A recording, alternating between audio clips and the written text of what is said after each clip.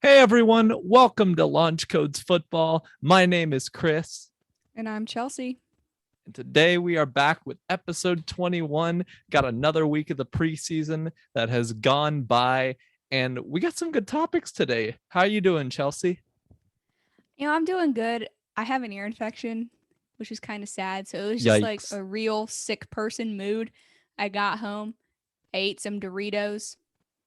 You know, it just is the way it is. And then my lovely boyfriend got me some tea from Starbucks. So shout out to Conlon for being him and getting me Starbucks.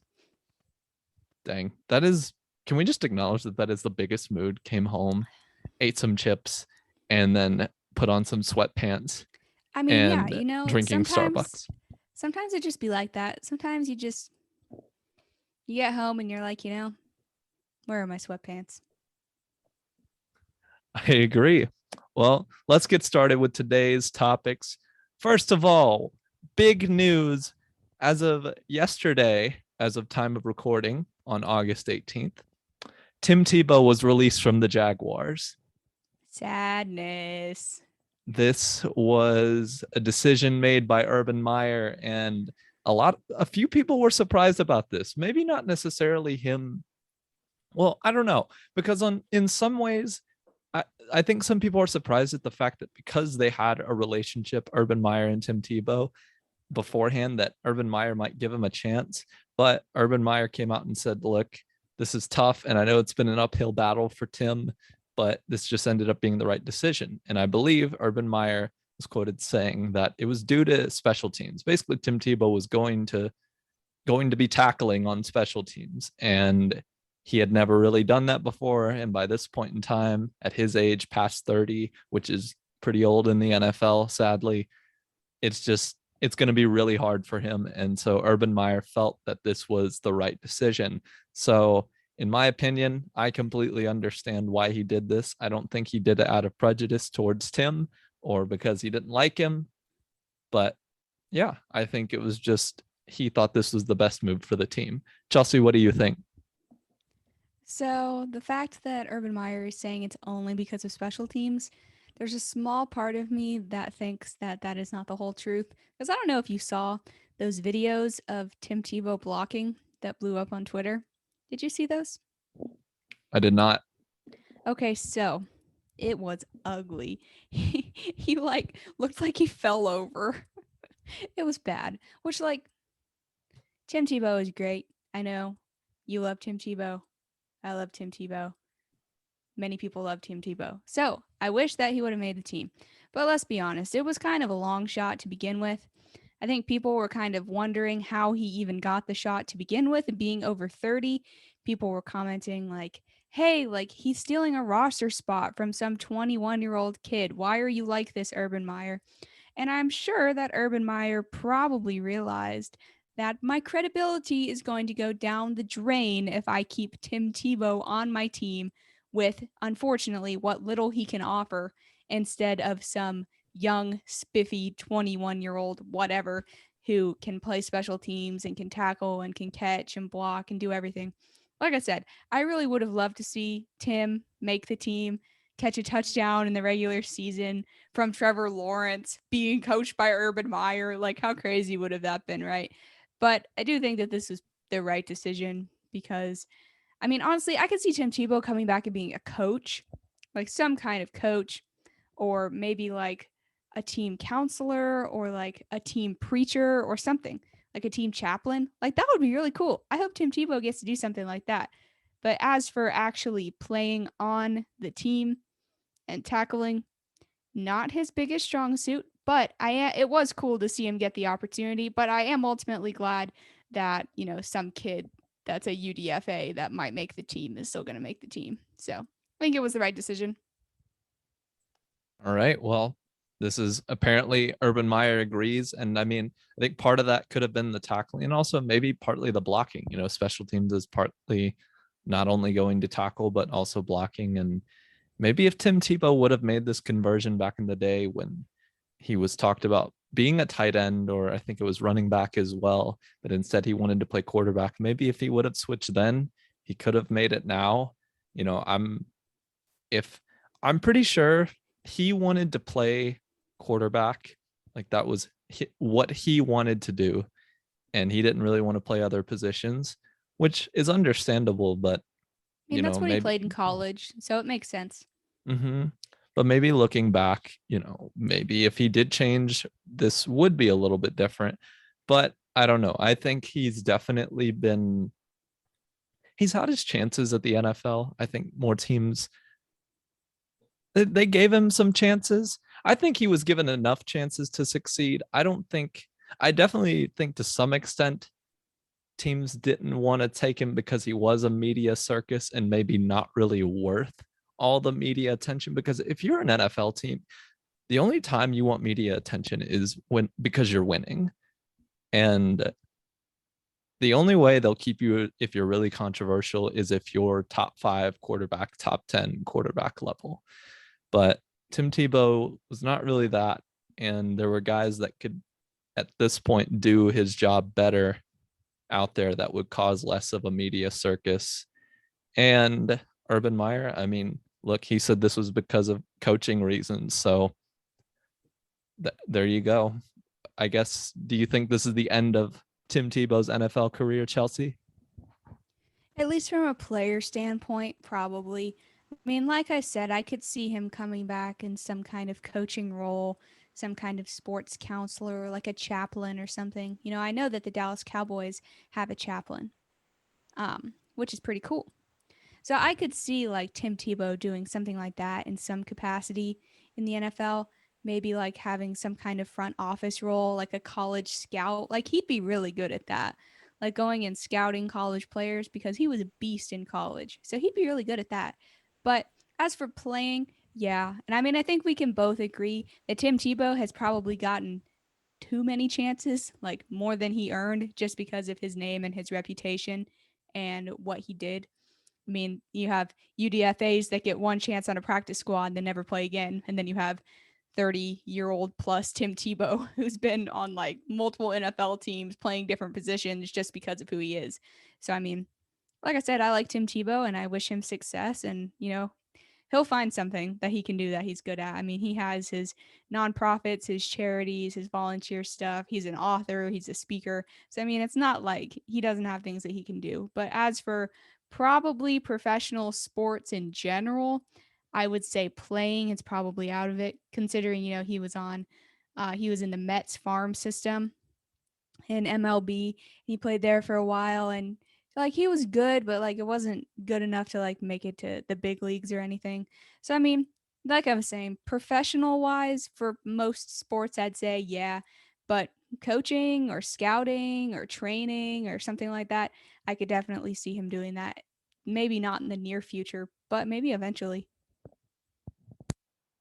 All right. Well, moving on to another topic we got here is the Rams ranked number 1 for their defense for this year, for 2021 and 2022.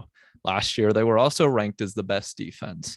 But I feel like pretty rarely does it translate to a team having the number 1 defense multiple years in a row. And I understand that the Rams have a lot of talent in that defense, everything from Jalen Ramsey to Aaron Donald and others. Obviously it's not a 2-man band on that team by any means. But do you think, Chelsea, that they are going to retain that number 1 spot? I think personally, I find that really hard to do, to get the number 1 defense in back-to-back years. And so what do you think, Chelsea? Do you think that's going to happen for the Rams this year? I mean, I definitely think it's a rarity. I mean, how many times do we see the same team get ranked first back to back after they didn't win a Super Bowl, right? Because they didn't win a Super Bowl last year. They were still ranked number 1. And they could win a Super Bowl this year. But if they don't, I mean, they'd still be number 1. But I mean, like you're saying, I think any reasonable, like well rounded NFL fan will tell you that if the Rams aren't the number 1 defense, they're at least top 3. I mean, they're just absolutely stacked. And I mean, for the Rams in general, I'd say that the defense is probably the strongest part of their team. And that's saying something because the Rams offense isn't bad. Like, it's definitely better than a lot of offenses in the league. But I mean, that defense is just crazy. I mean, you have Aaron Donald. I mean, Aaron Donald carries, and there are studs all over that team. So, I mean, it's obviously not just him carrying the team by himself. But I mean, imagine what that team would look like without Aaron Donald. I guarantee you they would not be ranked number one if he wasn't on that team. So, I mean, it doesn't surprise me that they're number one. I think that they do have some good competition this year to maybe overtake them, like an overlooked team, perhaps. The Browns, the Browns are loaded this year, both on offense and on defense. I mean, obviously, I think the offense is probably more loaded, with Chubb and Mayfield and Odell and Jarvis Landry, and they're really good O line. But like, you look at that defense, they have some really good players on that defense. So I think that the Browns defense will be one to watch this year for sure. I mean, you got the Bucks defense, obviously. I mean, they just won the Super Bowl last year. They're going to compete for that role.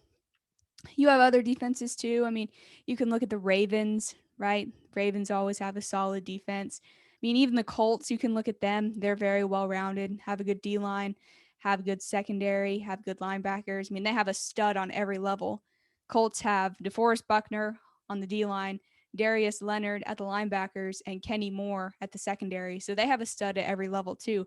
So, I mean, like I said, it doesn't surprise me that the Rams are first, but it wouldn't surprise me if they weren't first at the end of the year either, because I do think they have some solid competition this year. But the Rams defense are really good, and I think that they have a real shot to win the Super Bowl this year. So if they want to retain that number one ranking, they better show up in big games, because if they don't, who knows how far that offense can take them. And not that it's even bad, but I mean, if that defense underperforms, I mean, they have so much potential. You don't want to see that. All right, it'll be an interesting year for the Rams. The question is, are the Rams going to be able to put that defense and that offense together at the same time to make a legitimate playoff run? I think right now, like you said, they do have a lot of defense on the front line, the back line. And I don't really think it's the defense that's the question, but definitely that offense. Matt Stafford being at quarterback is going to be huge. This is a huge year for him. This might be his best chance he's ever had in his career to win a Super Bowl. And I would agree. I think the Rams really want to go for it. I don't think they would have pushed for Matt Stafford if they weren't trying to win now. So Yeah, I agree. the real question is if they are able to get all of that clicking together, if Matt Stafford is able to perform well, if the offense is able to put up consistent good amounts of points, and the defense is able to be as shut down as they were last year, then we've got a serious contender for a Super Bowl in the Rams. But I think a lot of it's gonna ride on that offense. Yeah, I mean, in regards to their team, it's definitely gonna be their offense that's gonna have to prove it, right? Because I mean, we know that Matthew Stafford is talented and that Matthew Stafford can carry a team. Matthew Stafford has been carrying the Lions through mediocrity for the last, I couldn't even tell you how many years. So it's not like Matthew Stafford is a bad quarterback. But I think what Rams fans are wanting to see is not the Matthew Stafford of mediocrity in Detroit, but a Matthew Stafford a step up from that with a superb defense and really good receivers and a strong O line. I mean, like I talked about last week, I mean, with Cam Akers going down for the year, suffering that Achilles injury, I think the most pressure, if it's not on Stafford, is probably on Darrell Henderson. I mean, imagine being Darrell Henderson being the backup, a solid backup behind Cam Akers, who, people were stoked about. People thought he was going to be like top 10 running back if he wasn't already, like have 1,000-yard plus season. And then boom, tears his Achilles. He's out for the year. And it's like, oh, hey, Darrell, you're up. So, I mean, I think a lot of pressure rides on Darrell Henderson. It's probably obviously Matt Stafford first, but I would say Darrell Henderson second, because that dude's going to have to carry. They want to take pressure off of Matthew Stafford, especially playing in that tough NFC. I mean, think about the division the Rams are in, right? They have not only the Seahawks and the Cardinals and the 49ers. They're going to need a balanced offense to take down all three of those teams, regardless of how many points are scored. So, I mean, They're going to need balance. They're going to need a running back. And Darrell Henderson is going to have to carry. If Darrell Henderson can't carry, it'll be interesting to see what this team looks like. But if he can, the Rams very well might be almost unstoppable. With that defense, I mean, you could score 10 points on a mediocre team and still win with that defense. So it'll be interesting to watch for sure. Definitely. Now, for the last topic before our hot take here, we've got some interesting things with the Bears going on. Justin Fields, very warmly welcomed by the fans in As this he past should be. week. Of course, definitely. He's their quarterback of the future as of now. And a lot of fans are really excited for that. And so right now, whenever Justin Fields came on, or a lot of fans really were showing him lots of love. And I find this interesting. Of course, Justin Fields is going to get lots of love, but how does the other side feel? We got to look at what is Andy Dalton thinking right now. As of now, Matt Nagy is saying he's going to be the starter for week 1. Also, Justin Fields has a groin injury right now, which is probably going to keep him out about a month. So I will say, I didn't know that. Did that just happen like today? It was fairly recently. So Justin Fields, I believe it was fairly recently. So right now, Justin Fields kind of going through that. So I definitely don't think that he will start week 1. Whether people believe that rookie quarterbacks should be starting week 1, game 1 of their first year, I guess it really depends how they look. And I also understand, though, maybe Matt Nagy wanting Fields to get a little bit of NFL quarterback veteran leadership from Andy Dalton. Andy Dalton right now is just saying basically he's not going to let this bother him too much. I think Dalton understands the situation he's in. I really do think he does now. It hurts, I think, definitely. But the truth is the NFL is a competition driven league. And sometimes that competition even rides within your own team. You have to get the job. That's just in life, much less or much more so even in the NFL. So I think Dalton understands the position he's in. But I think if you're Andy Dalton, you cannot let this other stuff get to you. You just have to play well. I kind of look at it like how the Fitzpatrick situation was handled last year with Miami. I actually think it could have been handled much better. Fitzpatrick was playing very well. And then he finds out over social media that he's getting benched, which Brian Flores did apologize and admitted that was not right and that he should not have found out that way. But I think if you're Andy Dalton, maybe you see a situation like that, or maybe you've just seen these situations as you've been in the NFL. I think this is going to be a really interesting time for him. And I could see him stepping up and making some big plays. I'm not saying we're going to see a huge quarterback controversy in Chicago, but I think that Andy Dalton right now has all the motivation in the world to go out and be the best quarterback he can be. Whether he will be better than Justin Fields, that we don't know.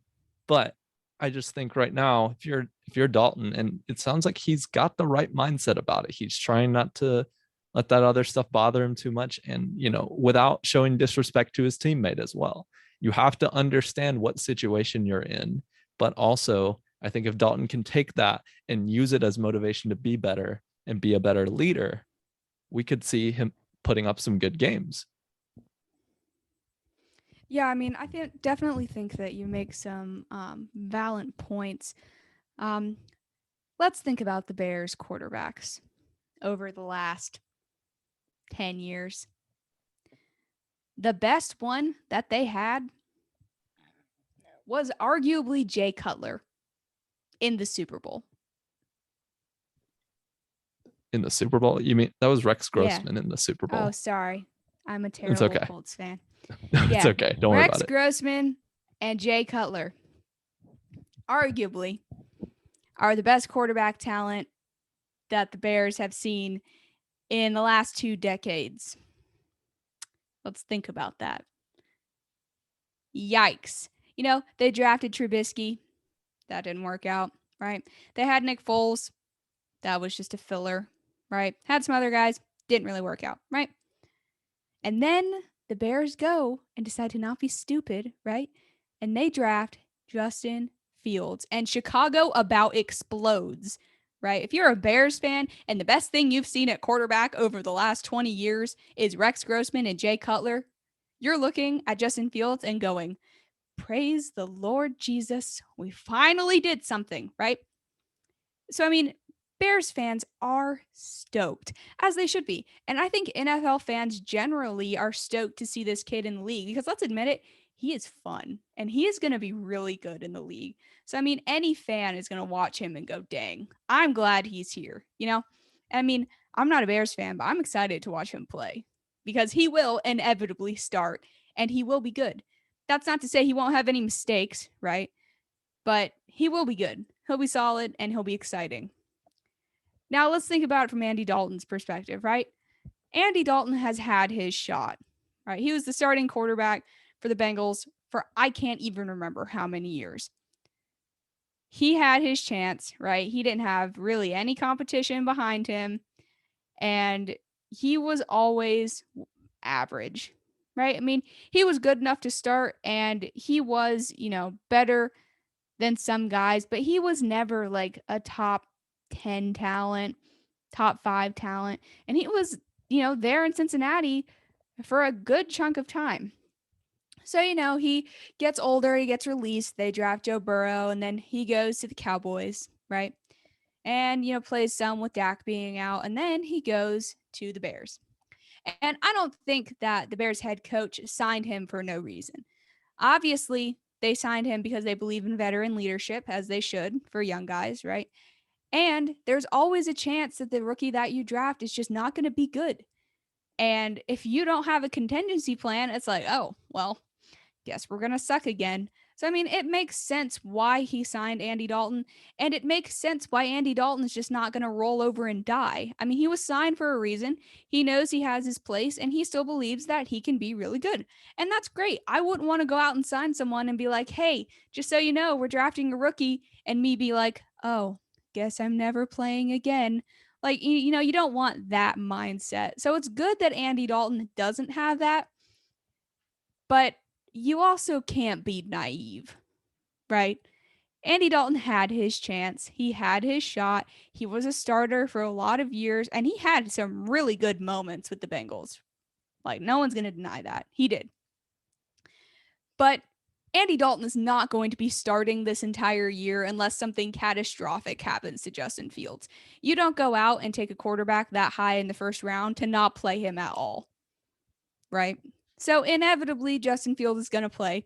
It may not be week 1. I'd be surprised if it was. Andy Dalton's going to go out there, probably be all right. And Bears fans are going to go, why would you start Andy Dalton? And then they'll start Justin Fields and Bears fans will be happy, right? But I didn't know that Fields suffered a groin injury, actually. So if that's, something that's going to keep him out a while, it is quite realistic that Andy Dalton is going to be starting the first week and at least playing a good chunk of the rest of the preseason. So people are going to get used to him. That's just how it is.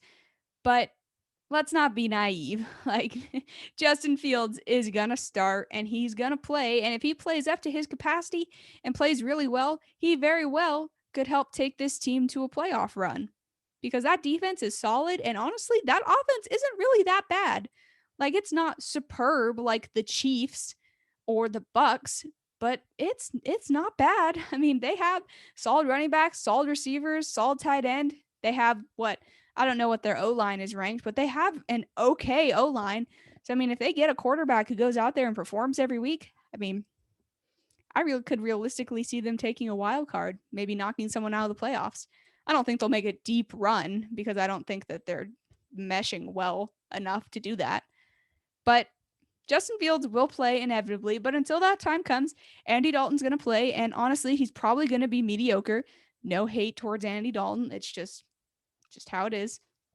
But I'm excited to see both of them play. I like that Andy Dalton has fire. I read a headline on Bleacher Report. It was like, Andy Dalton says that like he expects the job to be his on week 1. And people were like, bro, you're stupid. But like I was saying earlier, what do you want? Do you want him to roll over and be like, okay, guess I suck now? Like, no one wants to see that. So I'd rather have someone with fire and passion than someone who just rolls over and dies because they may lose the starting job. But it'll definitely be interesting. I think this Bears team could be legit. And they're one of those defenses, like we were talking about earlier. They have a good defense too. So, I mean, this will be a fun team to watch, and it's going to garner a lot of media attention just because Field is on it.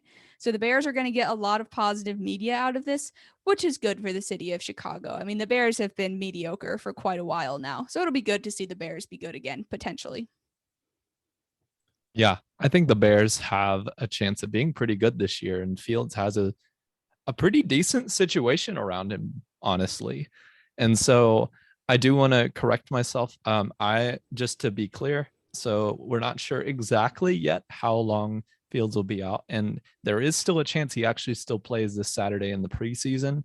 But Gotcha. Matt Nagy said that he was going to be extremely conservative As with he should Justin be. Fields, and so that I guess by saying he may not start for a month, it could be, because I believe the first game of the year is on September 12th or around that time, which is about a month from now. So we could see maybe no Justin Fields for a month and a half, to be honest with you.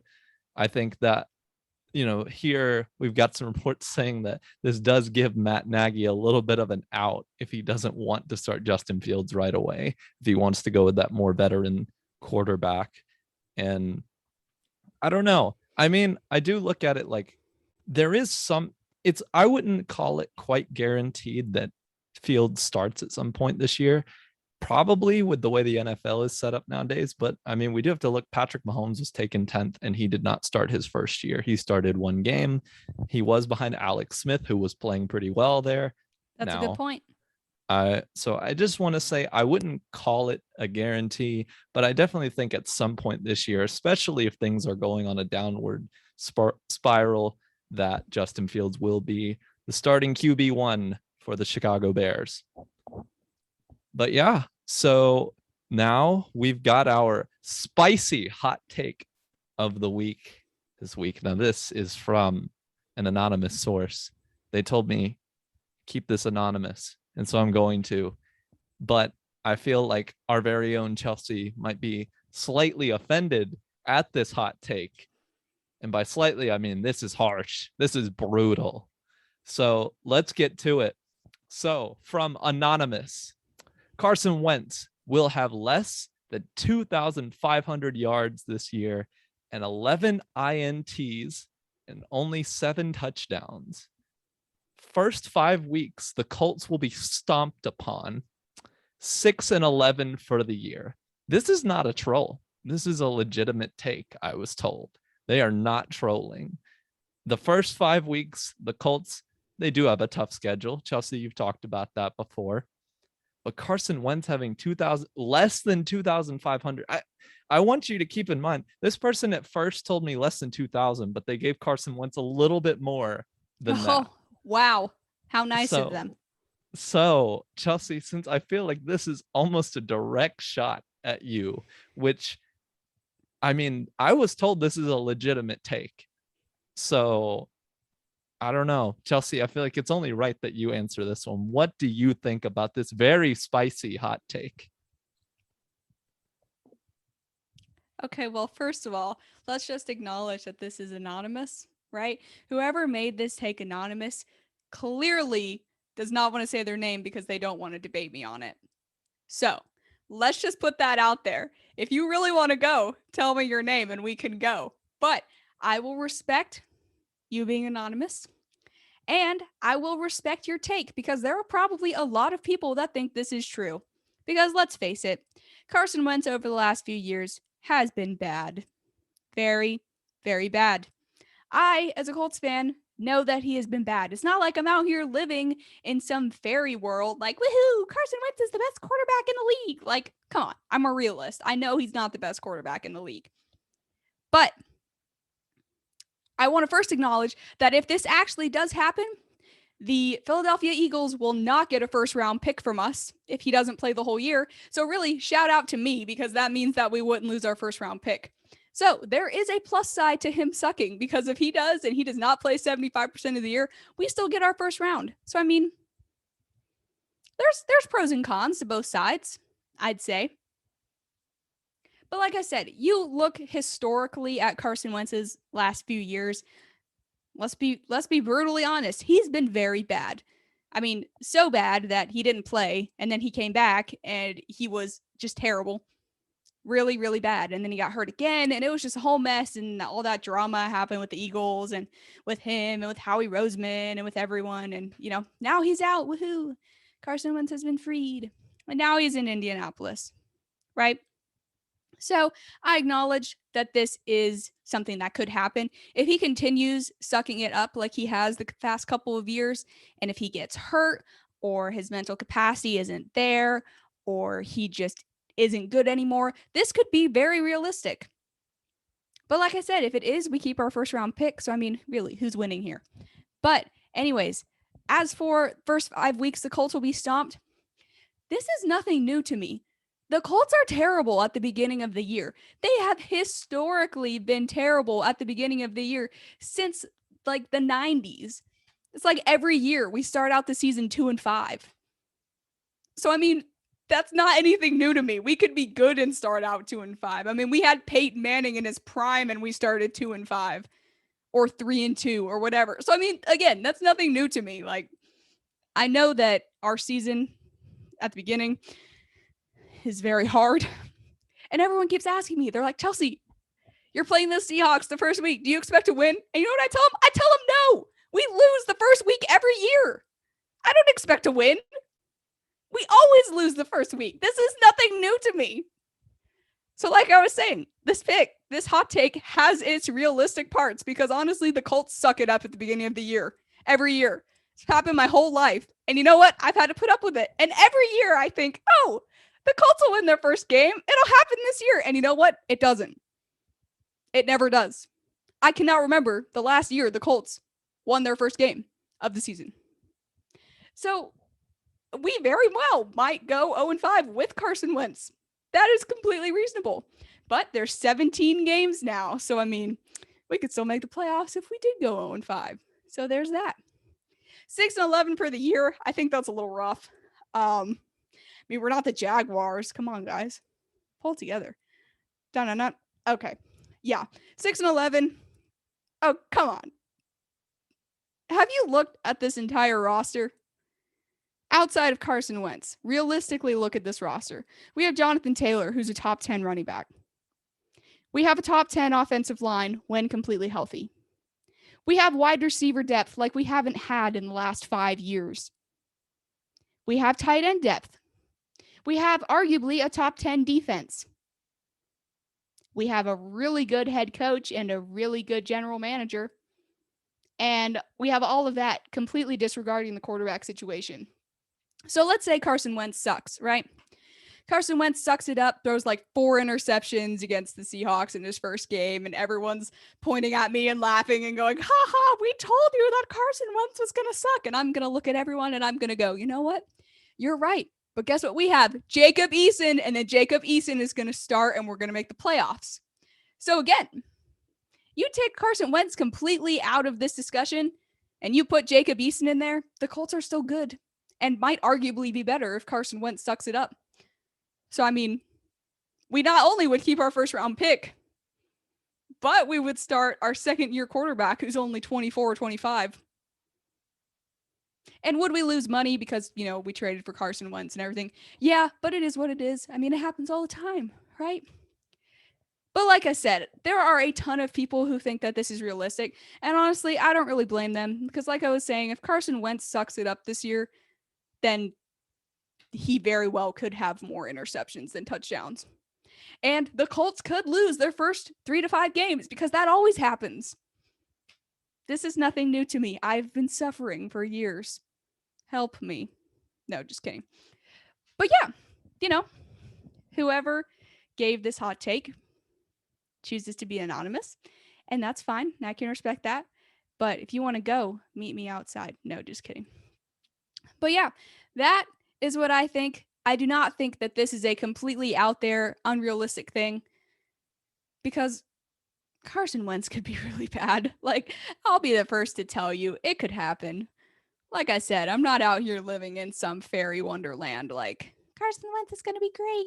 He's going to throw 50 touchdowns and 10 interceptions. Like, I don't even think he'll be that good. Like, come on, guys. But I mean, even if this does happen, think about it. If the Colts suck it up and they're worse than the Jaguars and the Jets somehow, then we can just take another quarterback at 1. So again, who's winning here? See, well, there you have it, everyone. I think that pretty much sums up Chelsea's take on that. I think if you want to 6-11 know, is rough. Come on, guys. At least make us like 8-7 it's or 8-9 or whatever. That schedule prediction is brutal. I mean, Dude, 6 and we 11. have a hard schedule this year. I will be the first to tell you that our schedule is hard. Our first game is hard. Our first 5 games are hard. We play the Bucks, which is just great. We will inevitably lose at least one game to the Jaguars by a game-losing field goal because that happens every year. Somehow we'll blow a game to the Texans without Deshaun Watson. That's just how it goes. Yeah, I think it'll be a very interesting year for the Colts. I think that they do have the potential to be pretty good. The big question, like you said, is at quarterback. I mean, Yep. They have a good defense, at least on paper, and they have what's shown to be a good offensive line. I know they're suffering through injuries, but I still think they'll be okay. And like you said, you talked about the receiver depth and things like that. So I think the Colts have a chance to be pretty good this year. I do think just that big unknown is that quarterback right now. Carson Wentz. It's absolutely riding on Carson Wentz. I will be the first to tell you that. If he sucks it up, we will somehow be mediocre, even if the rest of our team is stacked. I mean, because it's literally going to have to be, unless you guys are just dominating the ball on defense or something, scoring points every game on defense, which is hard enough. I'm not saying it's impossible, and probably will happen some games, but you don't really want to rely on your defense having to score you points. So yeah, if that's your formula, that's only going to take you so far. So I think that the Colts, 6 and 11 is brutal. I mean, it's really going to depend on their quarterback play. You know, if Carson Wentz does get hurt again this year, which he's already shown signs of being injured again, which is very unfortunate, and we don't wish that on anybody, but we have to be realistic and take what we've seen from the past and apply it to what we think will happen in the future. It's not a for sure thing that he will be hurt. Some people probably feel that way, but the truth is it's not.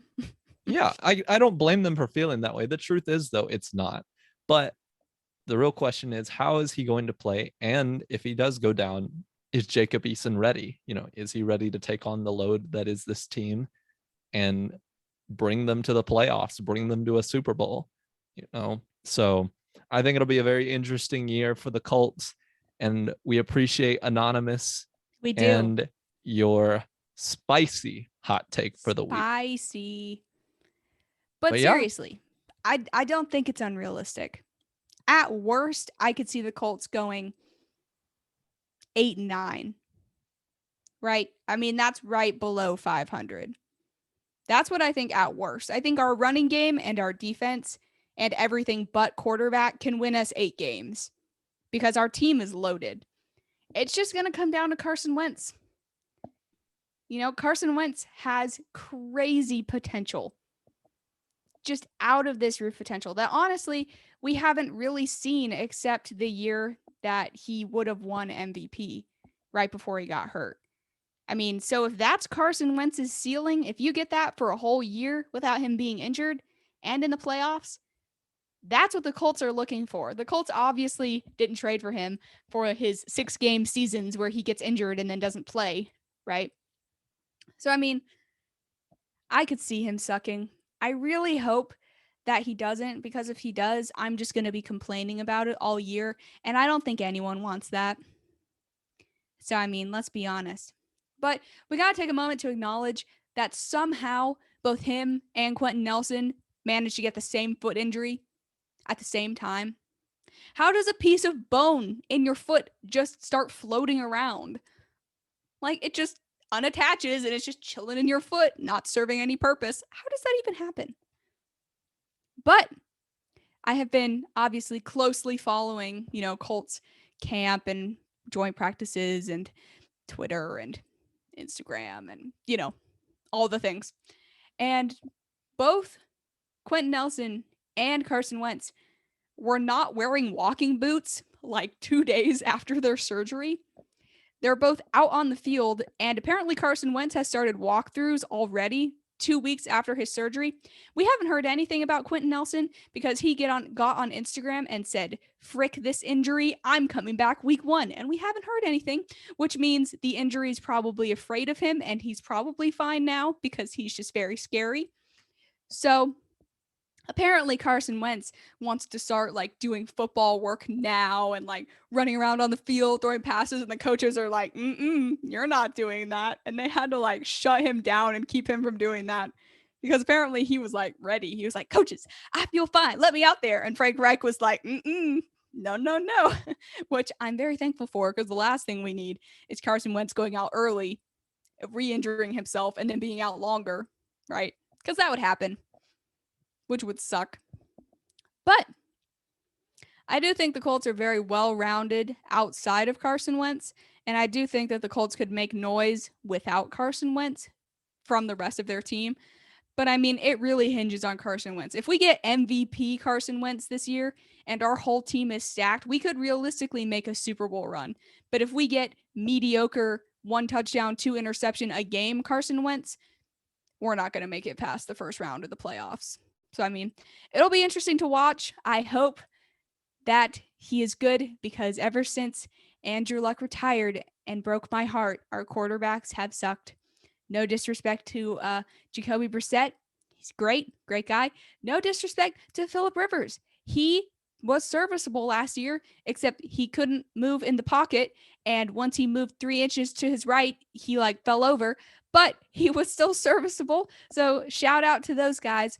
But I want a franchise guy. Guys, I went from Peyton Manning to Andrew Luck to this.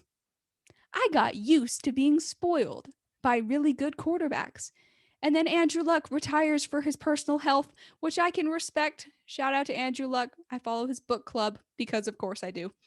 But guys, I went from Peyton to Andrew to thinking, oh yeah, we're going to have Andrew Luck for the next 12 years. And then he just spontaneously retired one day, and I was sad.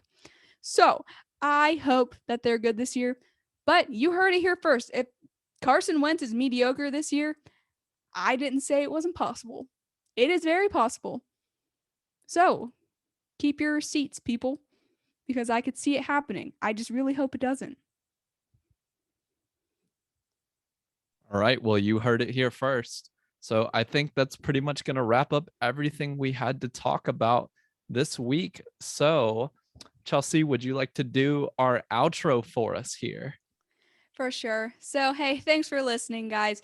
Tune back in next Wednesday. I know this episode came out on Thursday, but it's normally on Wednesdays. So tune back in next Wednesday for more content. In the meantime, follow us on Twitter at _LC_football_ and on Instagram, YouTube, and Facebook at Launch Codes Football. I'm Chelsea. And I'm Chris. And we'll see you next week. See you then.